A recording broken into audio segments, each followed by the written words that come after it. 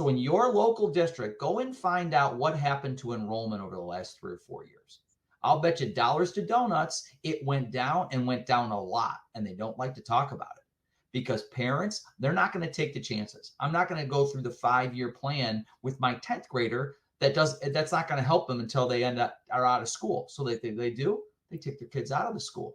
And then what happens to funding? Funding goes down. And then what happens to programming? Programming has to be cut. And they all look around like, it's like the hot dog meme.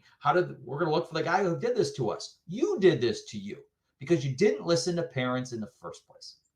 Yeah, and what people don't understand, so many people are like, take your kids out of school, take them. Look, here's what's going to happen.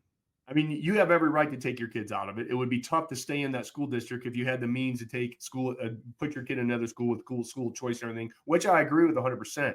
But their next play is as they continue to control the public school system, the state government is going to start to hammer down on what? Charter schools, private schools, homeschoolers. That's the next play. They play the extreme long game, and they're very successful at it. That's right. And so if we go ahead, they know what their competition is. They know where their competition is. Amen.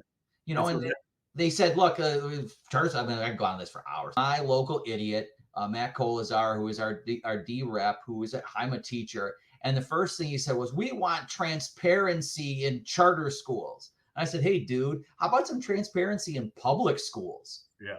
Right? You're worried about financial reporting. It didn't really bother you when Detroit Public Schools was 5 years behind on their audit. You all went, well, nothing I can do about that.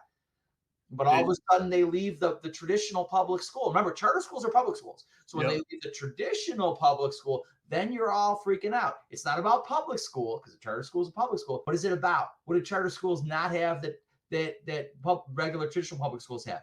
Teachers unions. Yep. And that's what they're afraid of.